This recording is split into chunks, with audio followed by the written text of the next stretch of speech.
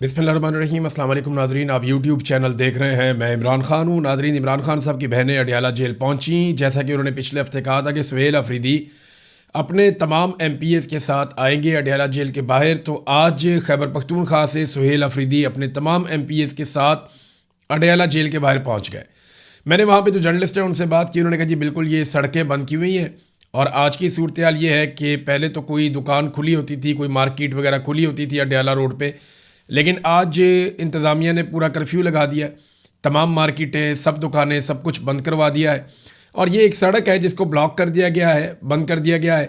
इसके अंदर जो लोग मौजूद हैं इससे निज़ाम को कोई फ़र्क नहीं पड़ता। ये 5 दिन भी बैठे रहें तो कोई फ़र्क नहीं पड़ेगा। लेकिन देखें, जो इंटरनेशनली ख़बर जाएगी, पाकिस्तान के अंदर जो ख़बर जाएगी उससे इम्पैक्ट तो आता है।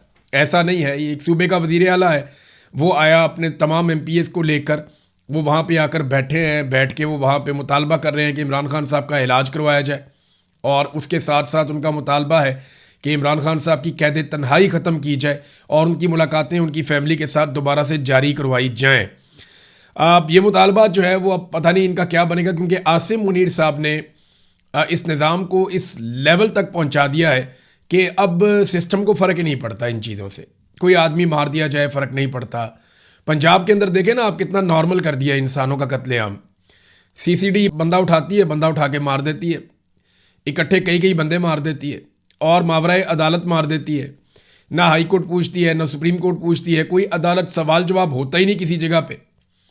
तो ये बहुत नॉर्मल हो गया। पाकिस्तान में इंसानी ज़िंदगी की कीमत बहुत नीचे ले जाई जा चुकी है और अब एहतजाज से, ह्यूमन राइट्स की आवाज़ उठाने से, इससे कोई फ़र्क नहीं पड़ता पाकिस्तान में मौजूदा निज़ाम को। तो काफ़ी मायूसी है। दफ़ा 144 बहरहाल जो है वो फ़ारिग हो गई और वहाँ पे पाकिस्तान तहरीक-ए-इंसाफ के लोग पहुँचे।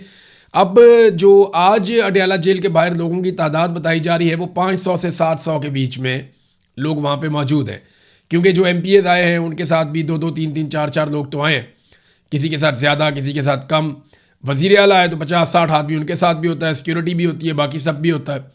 तो 500-700 लोग कम से कम इस वक्त अडियाला जेल के बाहर मौजूद हैं। वहाँ उन्होंने धरना दिया हुआ है। मैंने जो जर्नलिस्ट वहाँ पे मौजूद हैं उनसे पूछा कि धरने से कोई फ़ायदा होगा? उन्होंने कहा जी कोई फ़ायदा नहीं होगा। मैंने कहा क्या मतलब? उन्होंने कहा जी ये 2 दिन भी बैठे ने ना तो कोई फ़ायदा नहीं होगा। ये खबर बनेगी एक छोटी सी और पाकिस्तान का मीडिया इसको चलाएगा नहीं, सोशल मीडिया पर इसको फैलाने की कोशिश की जाएगी, लेकिन कोई ना कोई नया इशू आएगा, ये मामला दब जाएगा। लिहाजा यहाँ से कुछ नहीं निकलेगा। इन्हें चाहिए कि ये रेड जोन में जाएँ, ये सुप्रीम कोर्ट ऑफ पाकिस्तान में जाएँ, ये हाई कोर्ट इस्लामाबाद में जाएँ, ये वहाँ पे एहतजाज करें, वहाँ पे जाके अपना मौक़िफ़ रखें, जिससे हुकूमत को और पाकिस्तान का जो सिस्टम है उसको फ़र्क पड़ता है।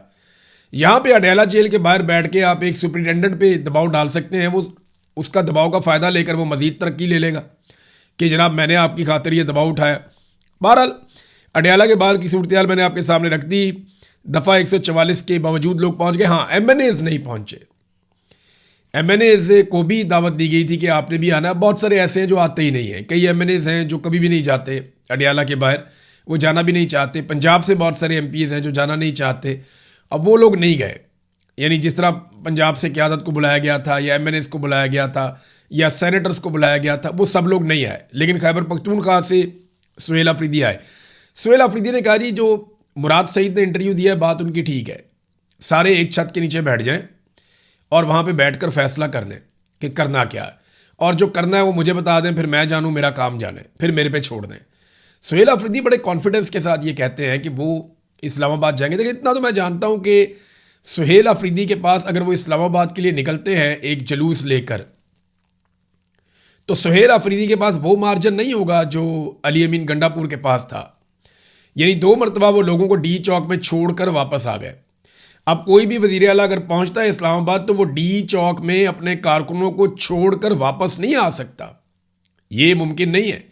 ये उसकी तबाही हो जाएगी, उस शख्स की, उसके ख़ानदान की सियासत की मुकम्मल तौर पे तबाही हो जाएगी।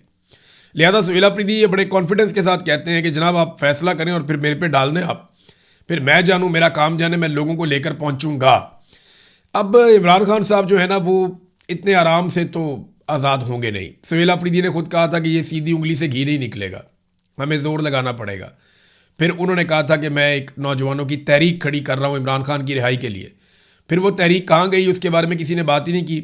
मेरे पास जो इन्फॉर्मेशन है वो ये है कि पाकिस्तान की मिलिट्री एस्टेब्लिशमेंट ने उस तहरीक का बड़ा सख्त नोटिस लिया था और जो लोग उससे जुड़े हुए थे उन सबको उन्होंने राब्ता किया था और सबको धमकी पहुंचाई थी कि अगर तुम लोगों ने ये काम किया तो ये हमारी रेड लाइन है। नौजवानों को अगर निज़ाम के खिलाफ खड़ा किया या कोई इनकलाब जैसी सूरत बनाई या कोई ऐसी तंजीम बनाई जो बज़ौर ताकत इमरान खान को बाहर निकालने की कोशिश करे और एहतजाज करे, तो ये हम तुम्हें नहीं छोड़ेंगे, और बहुत शदीद किस्म की धमकियां लगाई गई। उसके बाद हमने देखा कि वो मामला ही ठप हो गया, वो पता ही नहीं चला, वो इतने ज़ोरदार तरीके से शुरू किया गया था। और ये एक रास्ता है, याद रखिएगा, ताकत के ज़ोर के बगैर, यानी आप जो मर्जी कर लें, मिलिट्री एस्टेब्लिशमेंट से अगर आपने पाकिस्तानियों का हक वापस लेना है तो आपको पाकिस्तानी इकट्ठे करने पड़ेंगे और बड़ी तादाद में इकट्ठे करने पड़ेंगे। पाकिस्तानियों को बज़ौर ताकत ही अपना हक वापस लेना पड़ेगा, क्योंकि उसकी एक वजह है ना, जिसके हाथ में बंदूक होती है ना, उसको नॉर्मल और लॉजिक की बात समझ ही नहीं आती। उसको बात समझाने के लिए आपको ज़्यादा बड़ी ताकत सामने खड़ी करनी पड़ती है। आप देखें ना, आसिम मुनीर साहब से पाकिस्तान में कोई भी सियासतदान बात करने लगता है या कोई भी आदमी बात करने लगता है तो वो आदमी की टांगें कांप रही होती हैं, वो डरे हुए होते हैं कि यार पता नहीं क्या, ये आर्मी चीफ हैं, इनकी मर्जी है, जैसे मर्जी मुल्क को चलाते हैं, ये हमारे खिलाफ कोई फैसला ही ना कर दें। हर आर्मी चीफ के दौर में यही होता है पाकिस्तान में। लेकिन जैसे ही हमारा आर्मी चीफ अमेरिका पहुंचता है तो वहाँ के एक सिंपल से ऑफिसर के सामने हाथ बांध कर खड़ा हो जाता है। वहाँ के सदर के सामने जो है वो इनके मीठे मीठे मुंह बनते हैं। वजह क्या है? वो ताकतवर है। तो जब आप ज़्यादा ताकत इकट्ठी करते हैं ना, तो जिसके हाथ में बंदूक होती है फिर उसको बात समझ आना शुरू करती है।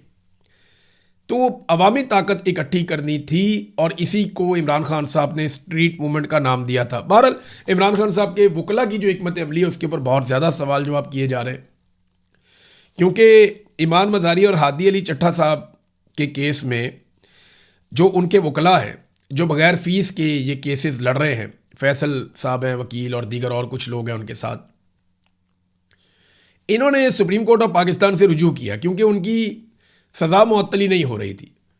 इमरान खान साहब की सज़ा मुअत्तली के लिए हाई कोर्ट से रुजू किया इमरान खान साहब के वकला ने। इसी तरह ईमान मज़ारी और हादी अली चट्टा के वकला ने भी इस्लामाबाद हाई कोर्ट से ही रुजू किया सज़ा मुअत्तली के लिए। इमरान खान साहब के मामले को 1.25 साल हो गया लगभग, उनका केस ही नहीं लगा सज़ा मुअत्तली वाला। जबकि 3 माह केस जब नहीं लगा, यानी 2 माह से ज़्यादा हो गया, जब केस नहीं लगा ईमान मज़ारी और हादी अली चट्टा का, तो उनके वकला सुप्रीम कोर्ट ऑफ पाकिस्तान चले गए और इमरान खान के वकला सुप्रीम कोर्ट ऑफ पाकिस्तान नहीं गए। तो सुप्रीम कोर्ट ऑफ पाकिस्तान ने 2 हफ्ते के अंदर इस्लामाबाद हाई कोर्ट को बाउंड कर दिया कि हम यहाँ मौजूद हैं, हम केस को पेंडिंग कर रहे हैं, 2 हफ्ते का आपके पास टाइम है, 2 हफ्ते के अंदर आप फैसला करें सज़ा मुअत्तली के मामले पर। तो उनकी आज़ादी का रास्ता बनता हुआ दिखाई दे रहा है। इमरान खान के मामले में उनके वकला यहाँ तक पहुँचे ही नहीं। देखिए उसकी वजह क्या है, उन्हें लगता है शायद मायूसी है या हिकमत अमली का फुकदान है। करोड़ों रुपया इमरान खान साहब के वकला को, इमरान खान साहब की फैमिली ने, इमरान खान साहब की पार्टी ने, इन लोगों ने करोड़ों रुपया दिया, बहुत पैसा दिया, लेकिन इसके बावजूद वो सुप्रीम कोर्ट ऑफ पाकिस्तान अभी तक नहीं गए। ये अनफॉर्चुनेट है। जबकि 3 महीने के अंदर वो चीज़ हासिल की हादी अली चट्टा और ईमान मज़ारी के वकला ने, जिन वकला ने फ़ीस भी नहीं ली। तो एक तो ये बहुत तनकीद हो रही है इमरान खान के वकला पे। लेकिन मैं एक बात यहाँ कहना चाहता हूँ, अगर पाकिस्तान के सारे जज इकट्ठे होकर बैठ के भी इमरान खान की रिहाई का फैसला दे देना, एक भी जज ऐसा ना हो जो इस फैसले के खिलाफ इख्तलाफी नोट लिखे और पाकिस्तान के तमाम सैकड़ों जज इकट्ठे बैठकर फैसला दे दें इमरान खान साहब की रिहाई का, तब भी इमरान खान साहब की रिहाई नहीं होनी। क्योंकि इमरान खान साहब कानून की कैद में ही नहीं है। कानून को तो सिर्फ एक टूल के तौर पे इस्तेमाल किया गया। इमरान खान साहब आर्मी चीफ की कैद में है। आर्मी चीफ ने अपनी जिद और अपने मफाद के लिए इमरान खान साहब को जेल में रखा हुआ, और कोई मसला ही नहीं है इसमें, मुल्की मफाद तो है ही नहीं। देखें जितने दिन इमरान खान साहब जेल में, मुल्क नीचे से नीचे जा रहा है। अगर मुल्की मफाद होता तो कोई नज़र आ जाता ना। पाकिस्तान का इसमें टके का कोई मफाद नहीं है इमरान खान साहब को जेल में डालने का। इसमें मफाद सिर्फ चंद जर्नैलों का है, जिसमें फील्ड मार्शल आसिम मुनीर साहब जो हैं उनका मेन मफाद है और उनकी अपनी जिद है। ये कोई कानूनी मामला नहीं है। पाकिस्तान के सारे जज भी कह देना इमरान खान को छोड़ दो तो नहीं छोड़ेंगे। लेकिन इसके बावजूद पाकिस्तान तहरीक इंसाफ के वकला को तमाम ऑप्शंस लेने चाहिए, और लेने चाहिए थे। उसकी वजह यह है कि आप जब ऑप्शंस इस्तेमाल करते हैं तो निज़ाम मज़ीद नंगा हो जाता है, क्लैरिटी और ज़्यादा हो जाती है, लोगों को मज़ीद उनकी थॉट्स के अंदर क्लैरिटी आती है लोगों की, लोग निज़ाम को ज़्यादा बेहतर अंदाज में समझ सकते हैं और लोगों के अंदर जो एक इनकलाबी सोच है वो पैदा होती है कि ये सिस्टम किस तरीके से ज़्यादतियाँ कर रहा है। नाज़रीन, सिस्टम तो और भी बड़ी ज़्यादतियाँ कर रहा है। अब पेट्रोल के ऊपर 9 माह में जो हुकूमत ने लेवी इकट्ठी कर ली है, ये खबरें आई हैं, ये लगभग 1200 अरब रुपए की लेवी इकट्ठी कर ली इन्होंने। 1200 अरब रुपए की लेवी इकट्ठी कर ली 9 महीनों के अंदर। और बिजली के ऊपर कितना इजाफी टैक्स वसूल कर लिया? 1900 अरब रुपया। 19 खरब एक इकट्ठा कर लिया, 12 खरब एक इकट्ठा कर लिया, तो 3100 अरब रुपया इन्होंने कौम से इजाफी टैक्सेस ले लिए। ये वो पैसा कौम को देना ही नहीं चाहिए था, लेकिन देना क्यों पड़ रहा है? कोई रास्ता नहीं है। ये जो हुकूमत के वज़रा कह रहे हैं ना कि हमें ये लेना पड़ेगा टैक्स, हमारे पास और कोई रास्ता नहीं है, ये बिल्कुल ठीक कह रहे हैं, क्योंकि लोगों ने इनकी हुकूमत को तस्लीम नहीं किया। पाकिस्तान में सियासी इस्तेहकाम नहीं है, पाकिस्तान में लोग सरमायाकारी करना नहीं चाहते, जिसकी वजह से कारोबारी ज़िंदगी बंद हो गया। कारोबारी ज़िंदगी बंद होने की वजह से टैक्सेस इकट्ठे नहीं हो रहे। हुकूमत चलाने के लिए पैसा चाहिए होता है, जब कारोबार चलेगा तो टैक्स मिलेगा, और टैक्स मिलेगा तो हुकूमत चलाने के लिए पैसा इकट्ठा होगा। तो क्योंकि कारोबार नहीं चल रहा, लोग सरमायाकारी नहीं कर रहे, लोगों को हुकूमत पे भरोसा नहीं है, तो हुकूमत ने आसान रास्ता ढूंढा कि जो चीज़ें लोग इस्तेमाल करते हैं उनके ऊपर इतना टैक्स ले लो कि कुछ ना कुछ करके अपने खसारे कवर करो। और फिर भी अगर खसारा कवर नहीं होता तो भारी भरकम किस्म के बैरूनी कर्जे ले लो, और वो कर्जे पाकिस्तान लगातार ले रहा है। कोई भी आएगा उसको अब यही करना पड़ेगा, जब तक कि पाकिस्तान में सियासी इस्तेहकाम नहीं आता, और वो सियासी इस्तेहकाम कम से कम 5 साल तक पाकिस्तान में नहीं रहता। ये 5 से 10 साल लगेंगे कम से कम इस सारी सिचुएशन से पाकिस्तान को निकालने में, जहां पे पाकिस्तान को फंसा दिया गया है। नाज़रीन, अब आ जाए जरा बैन अवी खबरों पे। तो डोनाल्ड ट्रंप ने आज कौमी सलामती मीटिंग तलब की है। अभी अमेरिका में सुबह का वक्त शुरू हो गया है जब मैं ये वीडियो रिकॉर्ड कर रहा हूँ, तो आने वाले चंद घंटों में सूरत क्लियर हो जाएगी। ईरान के खिलाफ जंग फिर से शुरू करने पर गौर किया जा सकता है। इस मीटिंग में ये बताया गया है अमेरिकन मीडिया की जानिब से। अमरीकी मीडिया का कहना है कि मीटिंग में नायब सदर JD वेंस, खसूसी मंदूब स्टीव विटकोफ, वज़ीर ख़ारजा मार्को रूबियो, वज़ीर जंग पीट हेग्सेथ और CIA के सरबराह जॉन रेडक्लिफ और chairman joint chief of staff general Dan Caine, ये दोबारा से जो कमांडर हैं वो पहुंच गए, और ये सारे इस मीटिंग में शिरकत करेंगे। और 2 अहलकारों ने इस हवाले से एक दावा किया है अपनी शनाख्त ना बताने पर कि सदर ट्रंप किसी किस्म की फ़ौजी एक्शन की जानिब माइल हो रहे हैं ताकि ईरान पर दबाव बढ़ाया जाए और न्यूक्लियर प्रोग्राम पर रियायतें हासिल की जाएं। तो जनाब, लड़ाई के ऑप्शन हैं, उनके ऊपर अब गौर किया जाएगा। दूसरी तरफ ईरान ने एक बड़ा खौफनाक स्टेटमेंट दिया। मेरे ख्याल में ईरान जब ये काम करेगा ना, तो उसके बाद ईरान के लिए ख़तरा हमेशा के लिए टल जाएगा। ये बात शुमाली कोरिया को समझ आ गई थी। शुमाली कोरिया को एक मखसूस वक्त में यह समझ आ गई कि अगर वो एटमी कुव्वत ना बना तो अमेरिका उसको तबाह बर्बाद कर देगा और उसके पल्ले कुछ नहीं बचेगा। तो उन्होंने एटमी तजर्बात कर लिए। उसके बाद से लेकर अब तक वो बैलिस्टिक मिसाइल्स बना रहे हैं। कोई उनकी तरफ आंख उठा के भी नहीं देख सकता। वो बड़ी मजबूती के साथ अपने फैसले मुसल्लत करते हैं। गो के शुमाली कोरिया के अंदर एक बदतरीन किस्म की फस्तायत है, जुल्म है, जबर है, डिक्टेटरशिप है, लोग बहुत तंग हैं, उनकी ज़िंदगी अजीरन है, इख्तलाफ राय की गुंजाइश नहीं। ये बातें शुमाली कोरिया के नेगेटिव पॉइंट्स हैं। लेकिन एटमी कुव्वत बनने के बाद से लेकर वो अब तक किसी भी बैरूनी जारहियत से महफूज हो गए हैं। ये बात भी एक हकीकत है जिसे झुटलाया नहीं जा सकता। तो ईरान ने कहा कि अगर दोबारा हमला हुआ तो 90% यूरेनियम अफसूदगी शुरू हो सकती है। ये एक बड़ी धमकी है। इसका मतलब सीधा सीधा ये है कि ईरान एटमी तजर्बा करने की तरफ भी जा सकता है अगर दोबारा ईरान के ऊपर हमला किया गया। तो ईरान ने अमेरिका और इसराइल को खबरदार किया कि अगर इसकी सरजमीन पर दोबारा हमला किया गया तो तेहरान यूरेनियम की अफसूदगी 90% तक बढ़ाने पर गौर कर सकता है। ईरानी पार्लिमानी कमीशन के तर्जुमान इब्राहिम रज़ाई ने ये चीज़ अनाउंस की और अपने बयान में कहा कि अमेरिका और इसराइल की जानिब से किसी नए फौजी कार्रवाई की सूरत में ईरान के मुमकिन रद्द-ए-अमल में 90% तक यूरेनियम अफसूदगी भी शामिल हो सकती है। उन्होंने कहा कि इस मामले का पार्लियामेंट में जायज़ा लिया जाएगा और कौमी मफादात के मुताबिक फ़ैसला किया जाएगा। अब अगर ईरान के ऊपर अमेरिका और इसराइल अटैक करते हैं तो वो कहेंगे जी हमने तो पहले से कह दिया था, और एक जवाब उनके पास होगा कि बार बार हमलों से बचने के लिए हमें दिफाई नुक्ता नज़र से एटमी तजर्बा करना पड़ा है। तो ये अब एक नई सिचुएशन है अमेरिका के सामने, इसको वो कैसे टैकल करते हैं। बहरहाल 4 ईरानी पकड़े गए हैं बूबियान के जजीरे पे।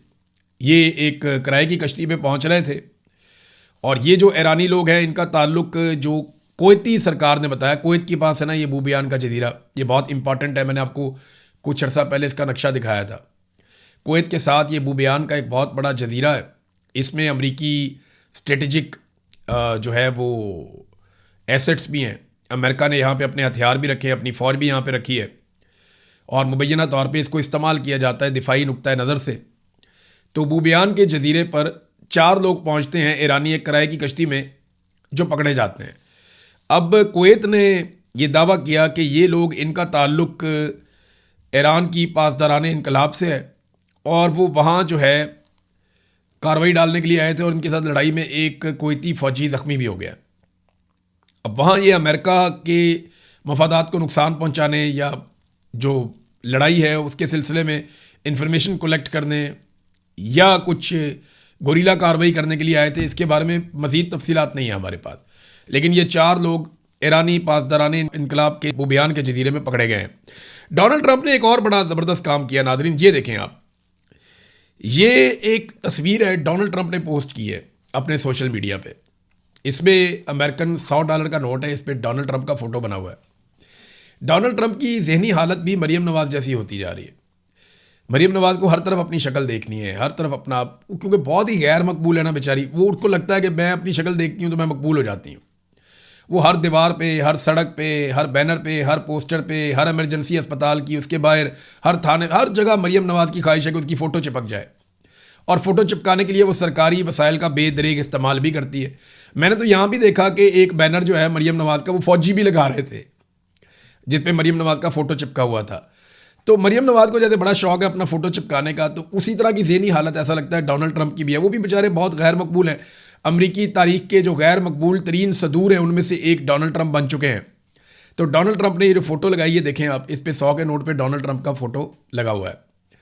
और इसके अलावा एक खबर और आई थी पिछले दिनों के, वो पासपोर्ट के ऊपर भी अपना फ़ोटो लगाने का मनसूबा बना रहे थे और इसके ऊपर कोई हिकमत अमली थी जिस पे काम हो रहा था। मैंने आपको खबर बताई भी थी। तो डोनाल्ड ट्रंप जो है वो नरगसियत का शिकार हो चुके हैं। बैनुल अक़वामी मीडिया में इस पर बहुत तनकीद हो रही है। एक और नादरीन खबर है कि आबना हुर्मुज़ से 4 बहरी जहाज़ गुजरे हैं। ये ऑयल टैंकर्स हैं बहुत बड़े। ये बहरी जहाज़ गुजर गए आबना हुर्मुज़ में से। इन 4 का ताल्लुक चीन से है, यानी चीन का तेल जा रहा है, चीन का रास्ता नहीं रुक रहा और चीन के जहाज़ जो हैं, ऑयल टैंकर जो हैं, वो चीन की तरफ बढ़ रहे हैं। तो चाइना अपनी बालादस्ती भी साबित कर रहा है, ईरान भी अपना ताल्लुक चीन के साथ जो है वो साबित कर रहा है। ईरान भी नहीं रोकता, अमेरिका भी उन्हें नहीं रोकता।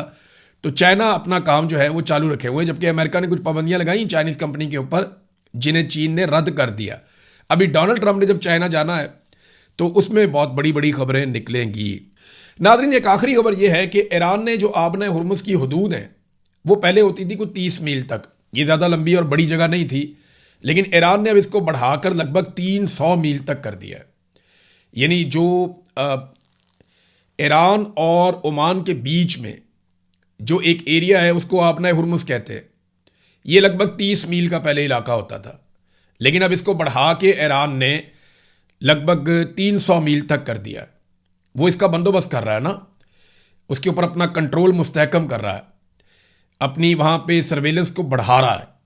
तो ये सारा कुछ करने का मकसद क्या है? ऐसा लगता है कि ईरान का कोई इरादा नहीं है मुस्तकबिल में आबना हुर्मुज़ को छोड़ने का। अब तक के लिए इतना ही। अपना ख्याल रखिएगा, अपने इस चैनल का भी। अल्लाह हाफ़िज़।